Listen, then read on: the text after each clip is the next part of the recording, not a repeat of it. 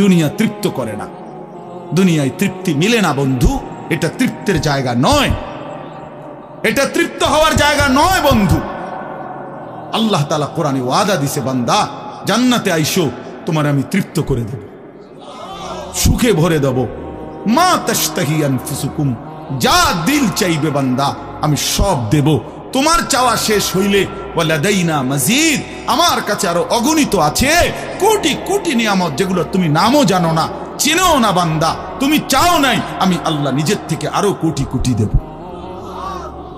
তুমি আইসো বান্দা, তুমি জান্নাতে আসো, তুমি সবর করো, অপেক্ষা করো। আল্লাহ আমাকেও বুঝার তৌফিক দান করেন, সবাইকে বুঝার তৌফিক দান করেন। আপনাদের এই মাহফিল আমি শুরু থেকেই বললাম কষ্টের আয়োজন। কষ্ট করে ভাবেন, নিজের ফিকির করেন, নিজের ভালো নিজের কল্যাণ ভাবতে শিখেন। আমি যে আয়াতগুলো পড়ছি এবার তর্জমা শুনেন, তাইলে আমার কথা শেষ।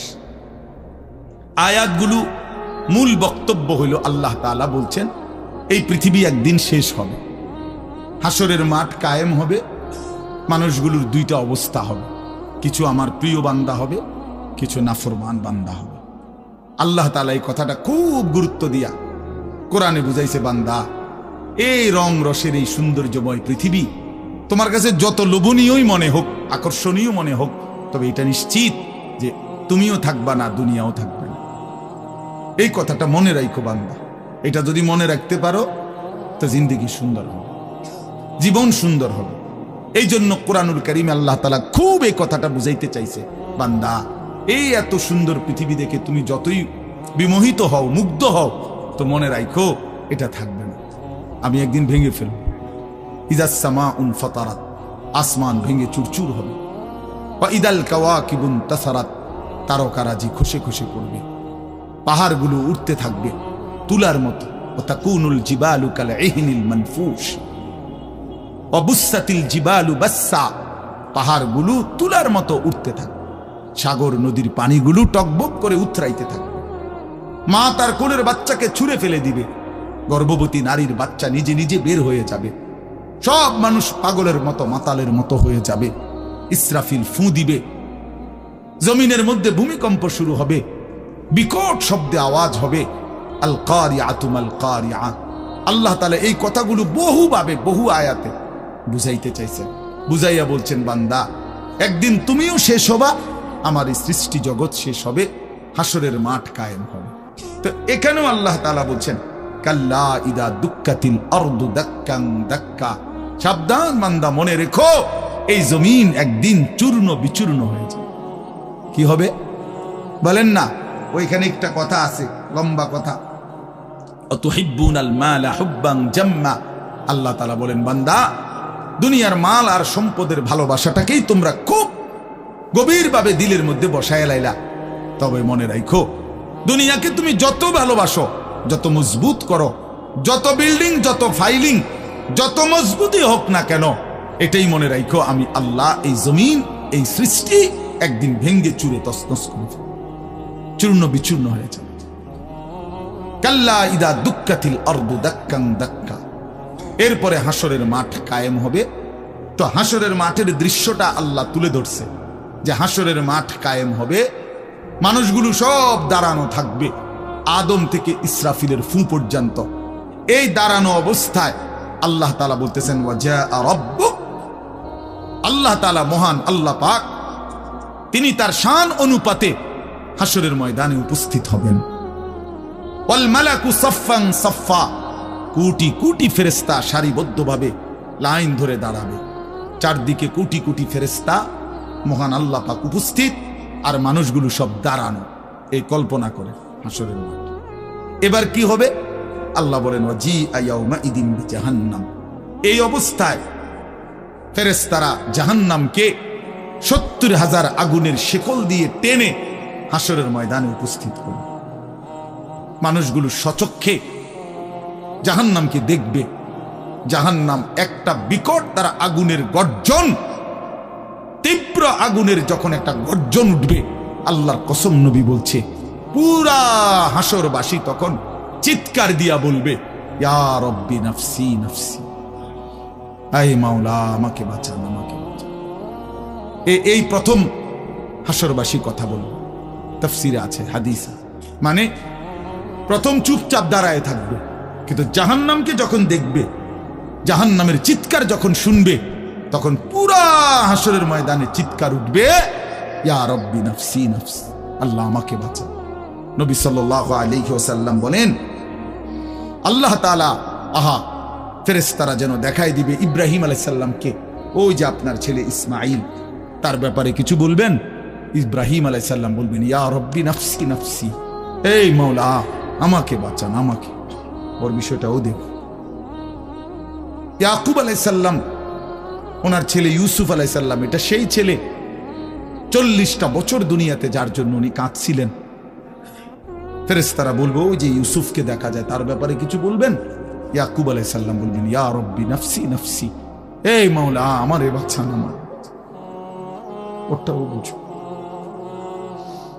ওয়াজিআ ইয়াউমাইদিন বিজাহান্নাম, জাহান্নামকে হাসরের ময়দানে আনা হবে। বন্ধু, বিষয়টারে তুমি আমি খামখেয়ালি মনে করো না বাপ। হাদিসের মধ্যে আছে, হযরত ইরবাজ ইবনে সারিয়া, রাসূলুল্লাহ সাল্লাল্লাহু আলাইহি ওয়াসাল্লামের একজন সাহাবী, ইরবাজ ওনার নাম। উনি বর্ণনা করছেন যে একদিন রাসূলুল্লাহ সাল্লাল্লাহু আলাইহি সাল্লাম আমাদের মাঝে ওয়াজ করলেন। ওয়াজানা রাসূলুল্লাহ সাল্লাল্লাহু আলাইহি ওয়াসাল্লাম। দুই একজন স্বেচ্ছাসেবক ভাই কাজ করে খেদমত করো, যে বলো যে বসতে। তো আল্লাহ রাসূল সাল্লাল্লাহু আলাইহি সাল্লাম তিনি বলেন যে আমাদেরকে ওয়াজ করলেন। এই ওয়াজ, এই শব্দটা কোরআনের শব্দ, রাসূলুল্লাহ সাল্লাল্লাহু আলাইহি সাল্লামের জন্য ব্যবহৃত শব্দ। ওয়াজ ওয়াজ এটাই সুন্দর। প্রোগ্রাম, এই আজকেও একজন আমারে একটু হুজুর এখন কোথায় প্রোগ্রাম? না, কোথাও না। হয়তো আপনি এখন কোথাও কোনো ওয়াজ যাবেন না? আমি হ্যাঁ যাবো, ওয়াজে তো আছে আব্দুল্লাহপুর দেবিদ্যার। মানে আমার তো এখন এটা ওয়াজ মাহফিল, এটা প্রোগ্রাম।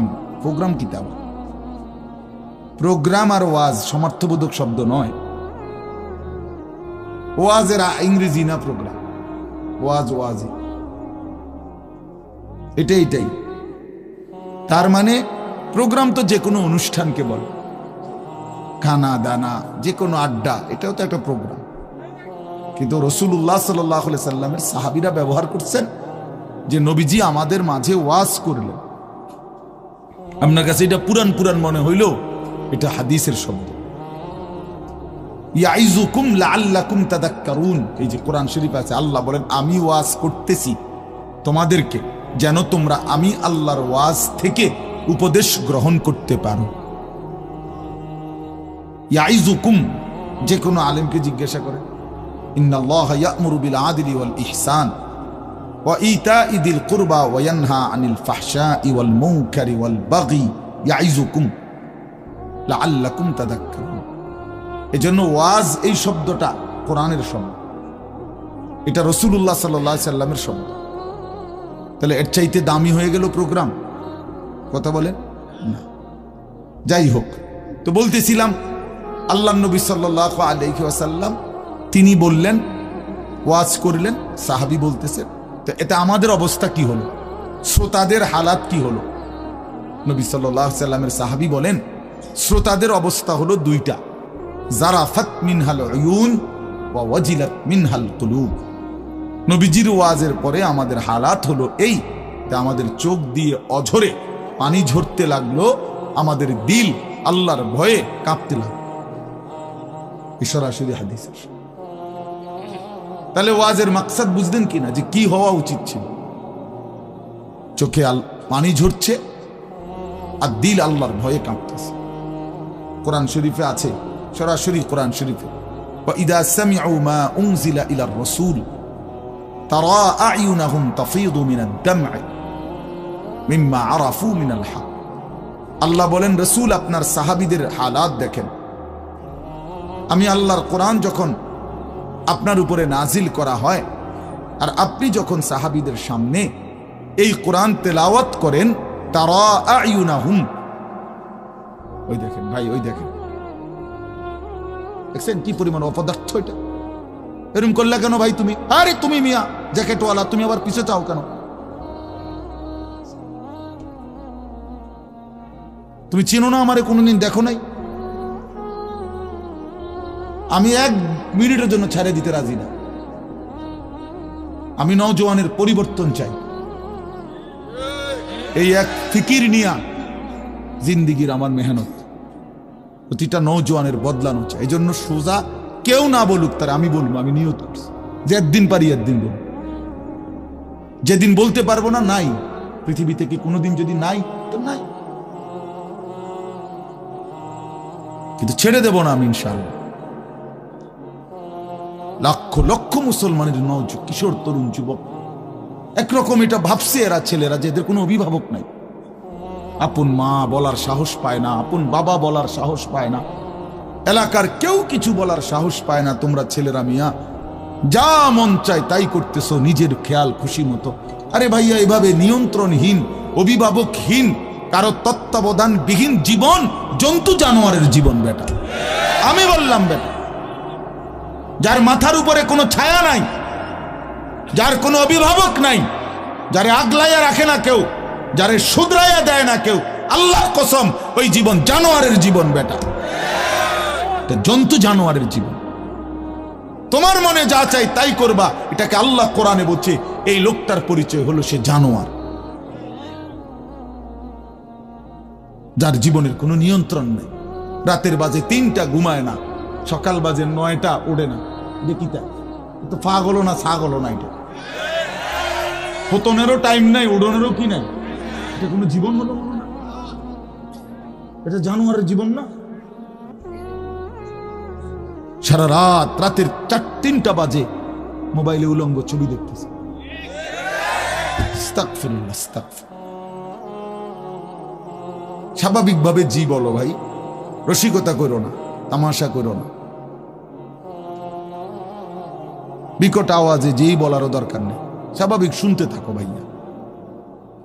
এই জন্য আমি বললাম ভাই, রাগ হইও না, আল্লাহ তোমারও বরকত দান করে।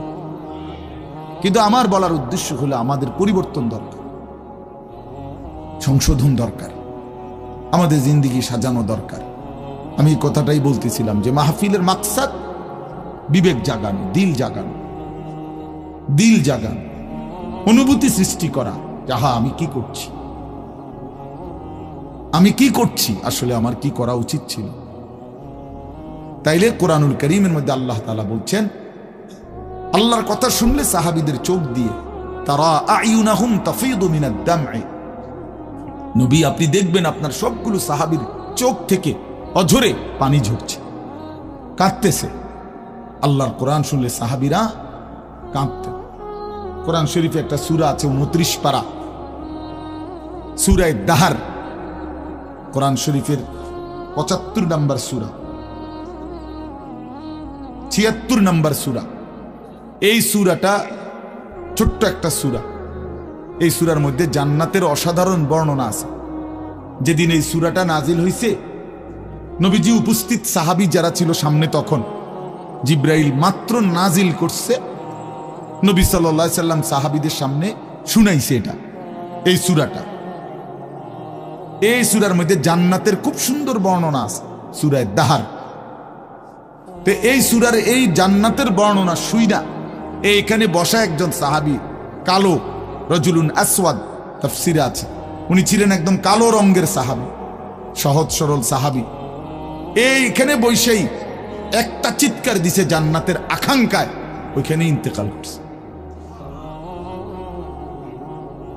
আল্লাহর নবী সাল্লাল্লাহু আলাইহি সাল্লাম বলছেন, লাকাদ আখরাজা নাফসা সাহিবিকুম আশ-শাওকু ইলাল জান্নাহ, তোমাদের সাথী জান্নাতের শৌক আগ্রহে জীবন দিয়ে দিল। দেখো, जान दिए दिलो जान, निकल जाए दम तेरे कदमों के नीचे, यही दिल की हसरत, यही दिल की आरज़ू है। আল্লাহর প্রিয় বান্দারা এটা বলে যে হে বড় মাওলা, আপনার কদমের নিচে জীবন দিয়ে দিলাম। এটাই ছিল দিলের তামান্না, এটাই ছিল দিলের আফসোস, আহাজার। সাহাবায়ে কেরাম যখন আল্লাহর জন্য শহীদ হইতেন, অসংখ্য সাহাবীদের জীবনীতে আছে, যুদ্ধের ময়দানে যখন শহীদ হইতেন রক্ত মাখা শরীর নিয়া, শেষ মুহূর্তে সাহাবীরা একটা কথাই শুধু বলতেন, ফুস্তু ওয়া রাব্বিল কাবা, কাবার রবের কসম আমি কামিয়াব হয়ে গেলাম, আমি সফল। ফুস্তু অর্থ হলো আমি সফল হয়ে গেলাম, সফল হয়ে গেলাম। তার মানে শহীদ ব্যর্থ হয় নাই, শহীদ কি হয়েছে? সফল হয়েছে। শহীদ জীবন পেয়েছে, নতুন করে জীবন পেয়েছে। এই জন্য আমার ভাই, আল্লাহর জন্য আল্লাহর কথা শুনলে দিলের হালাত এমনই হওয়ার কথা। হাদিসের মধ্যে আছে, হযরত আব্দুল্লাহ ইবনে মাসউদ রাদিয়াল্লাহু তাআলা আনহু তিনি বলছেন যে একদিন নবীজি আমাকে বলছেন কোরআন শরীফ তেলাওয়াত করে শুনাইতে, নবীজিকে শুনাইতে। হযরত আব্দুল্লাহ ইবনে মাসউদ রাদিয়াল্লাহু তাআলা আনহু বলেন, আমি সূরা নিসা, এই সূরার প্রথম 40টি আয়াত একটানা নবীজিকে মাথা নোয়ায়া আদবের সাথে নবীজিকে শুনাইতেছিলাম। 40টা আয়াত পর্যন্ত যখন তেলাওয়াত করলাম, হযরত আব্দুল্লাহ ইবনে মাসউদ বলেন, নবী সাল্লাল্লাহু আলাইহি সাল্লাম তখন বলেন, হাসবুকাল আন, এখন থামো। তো 40 আয়াত পরে যখন আমি থামলাম, হযরত আব্দুল্লাহ ইবনে মাসউদ বলেন, ফালতাফাত্তু ইলাইহি, আমি নবীজির দিকে চোখ তুলে তাকালাম, ফাইদা আইনাহু তাদরিফান, তিনি বলেন, আল্লাহর কসম আমি দেখতে পাইলাম আল্লাহ নবী সাল্লাল্লাহু আলাইহি সাল্লামের দুই চোখ দিয়ে অজরে পানি ঝরছে। তিনি বহুতক্ষণ ধরে কাঁদতেছেন।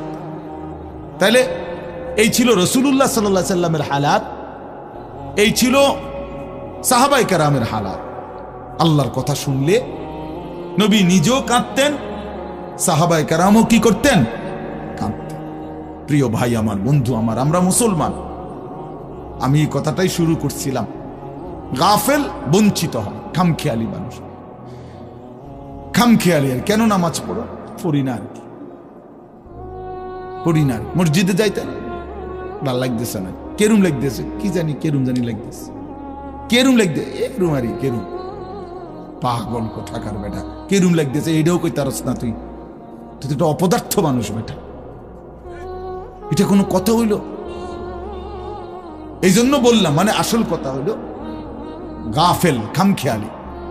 কোরআন শরীফে আছে, যত লোক জাহান্নামে যাবে, আল্লাহর কসম ভাইয়া শোনো, যত লোককে আল্লাহ জাহান্নামে ফেলবে, আল্লাহ কোরআনে স্পষ্ট বলছে সবগুলোর পরিচয় হলো উলাইকা হুমুল গাফিলুন, এগুলো গাফেল। কোরআন শরীফের আয়াত, উলাইকা হুমুল গাফ, ওয়ালাকাদ যারানা লিজাহান্নামা কাসীরাম মিনাল জিন্নি ওয়াল ইনস, আমি অসংখ্য অগণিত জিন আর মানুষ দিয়ে জাহান্নামকে পূর্ণ করব। আল্লাহ বলেন এই সবগুলো নাফরমানের পরিচয় উলাইকা হুমুল গাফিলুন, এরা গাফেল, এরা গাফেল ছিল, খামখেয়ালি করছে, খামখেয়ালি। আমি নয়তো হায়াত দিয়েছি, আওয়ালাম নুআম্মিরকুম মা ইয়াতাযাক্কারু ফীহি মান তাযাক্কারা। আল্লাহ তাআলা জাহান্নামীকে বলবে, এই জাহান্নামী বান্দা, মনে তো করো যেটুকু হায়াত দিলে আমার বন্দিগি করতে পারতাম, এটুকু হায়াত, এটুকু সময় আমি তো তোমাকে দিয়েছি বান্দা। তুমি বলো কোন সময়টা, কোন সুযোগটা আমি দেই নাই বান্দা, বলো বলো বান্দা।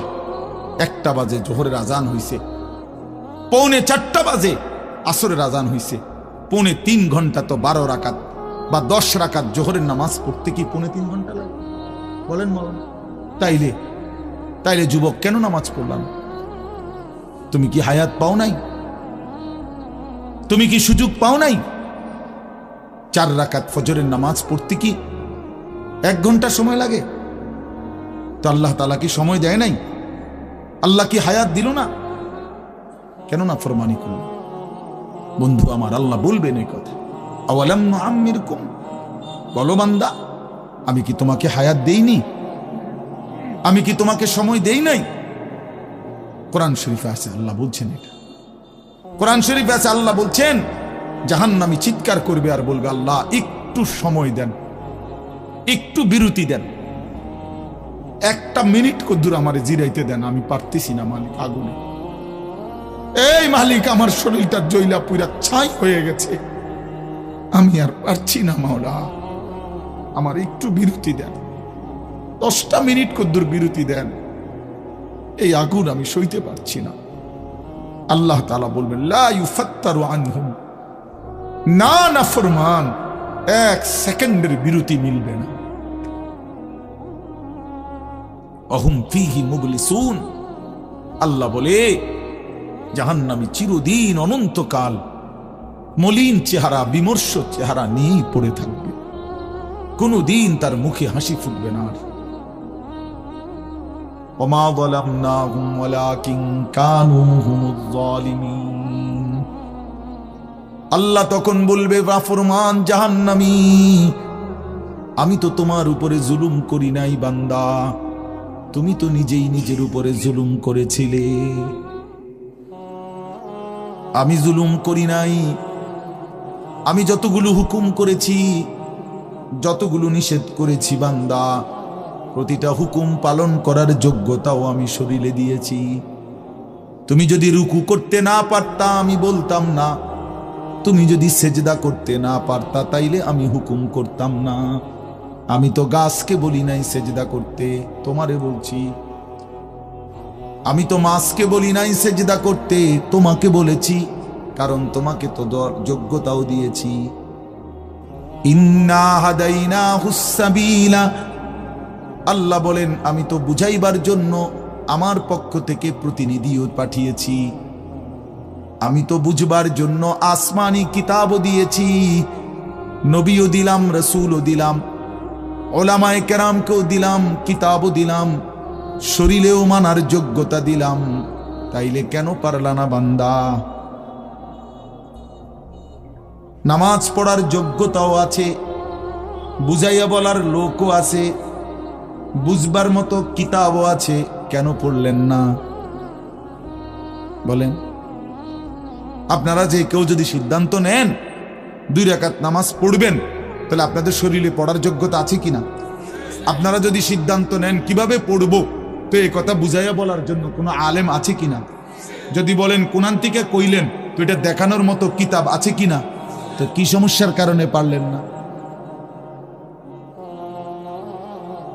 বন্ধু বলেন, প্রিয় ভাই বলো, আমার নওজোয়ান সন্তানরা বলো, ভাইয়া কি কারণে পারলা না?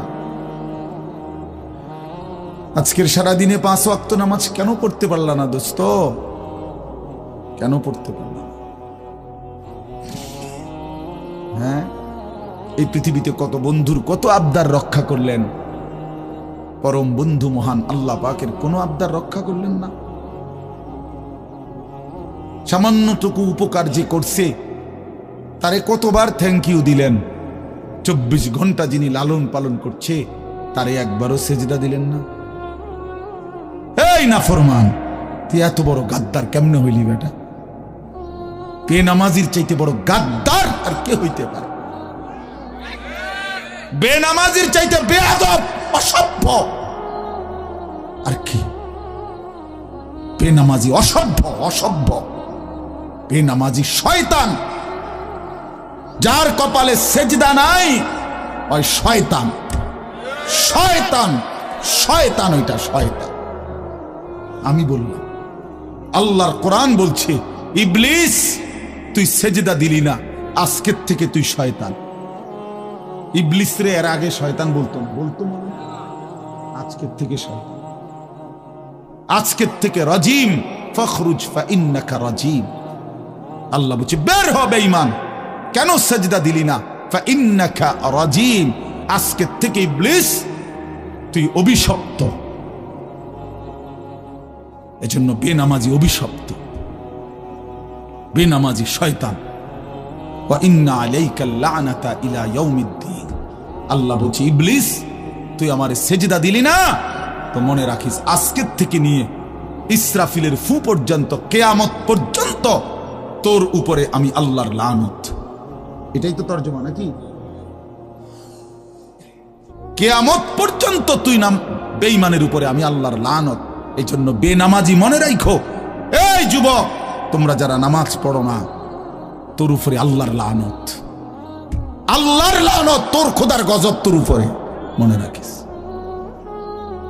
বলে না আমি ভাত খাই, ভাত ভাত জন্তু জানোয়ারও খায়, আমি তো ঘুম যাই, ঘুম কুত্তাও যায়,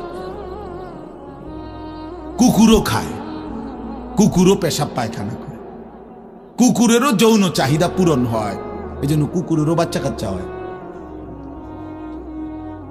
এটা কোনো অবাক কিছু না। আপনি ভাত কতটি খান আর ঘুম যান আর পেশাব পায়খানা করেন আর লজ্জাস্থানের চাহিদা পূরণ করেন, এরই নাম যদি জীবন হতো, তাই জানোয়ারের সাথে তফাৎ কি? বলেন না কেন? জন্তু জানোয়ারের সাথে আমাদের জিন্দেগির তফাৎ কোথায় ভাইয়া? কি ব্যস্ততায় পড়ে গেলেন এই বাবারা, বন্ধুরা আমার, কি ব্যস্ততায় মালিককে সেজদা দিতে পারলেন না।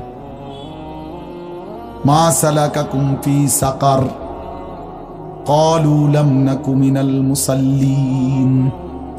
আল্লাহর ফেরেশতা জাহান্নামীকে বলবে, হে জাহান্নামী বেঈমান, কে তোকে জাহান্নামে কেন নিয়ে আসলো? কেন আসলি জাহান্নামে? বন্ধু আমার শুনো বন্ধু, আল্লাহর কোরআনে আল্লাহ বলেন জাহান্নামী বলবে ক্বালু লাম নাকু মিনাল মুসাল্লিন, ফেরেশতা ভাইয়া কারণ আমি নামাজি ছিলাম না, এজন্য জাহান্নামী হলাম।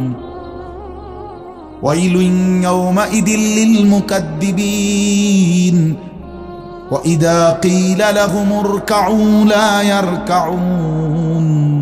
বলে সমস্ত মিথ্যাবাদী নাফরমান পাপী, সেদিন মনে রেখো হাসরের ময়দানে তোমাদের জন্য জাহান্নাম।